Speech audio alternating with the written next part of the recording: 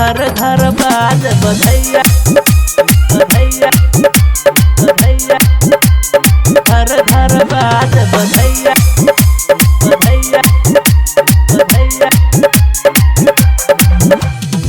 किशन कन्हैया ना हो भैया, किशन कन्हैया ना हो किशन कन्हैया ना हो भैया, किशन कन्हैया ना। गोकुल में है घर घर बाज बधैया कि ऐलै किशन कन्हैया ना। गोकुल में है घर घर बाज बधैया कि ऐलै किशन कन्हैया ना। किशन कन्हैया ना हो भैया, किशन कन्हैया ना हो किशन कन्हैया ना हो भैया, किशन कन्हैया ना। गोकुल में है घर घर बाज बधैया कि ऐलै किशन कन्हैया ना। गोकुल में है घर घर बाज बधैया कि ऐलै किशन कन्हैया ना।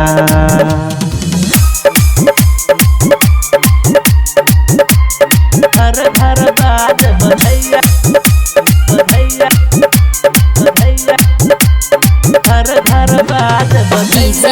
ओम शंकर परसा हरभिंडा। सबके मन में है बसल जे कंस के होते अब विनाश हो।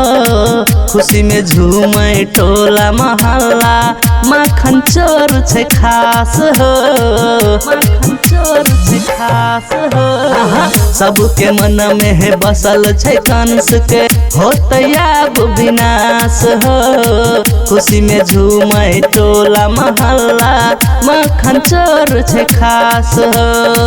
किशन कन्हैया ना हो भैया, किशन कन्हैया ना हो किशन कन्हैया ना हो भैया, किशन कन्हैया ना। गोकुल में है घर घर बाज बधैया कि ऐलै किशन कन्हैया ना। गोकुल में है घर घर बाज बधैया कि ऐलै किशन कन्हैया ना। घर घर बाज बधैया बधैया बधैया, ओम शंकर परसा हरभिंडा। गलिए गलिए है धूम मचल छै, जन्मदिन छै आई हो। सबटा दुख से है मुक्ति मिलतै, हंसते घर घर माई हो, हंसते घर घर माई हो। गलिए गलिए है धूम मचल छै, जन्मदिन छै आई हो। सबटा दुख से है मुक्ति मिलतै, हंसते घर घर माई हो। किशन कन्हैया ना हो भैया, किशन कन्हैया ना हो किशन कन्हैया ना हो भैया, किशन कन्हैया ना।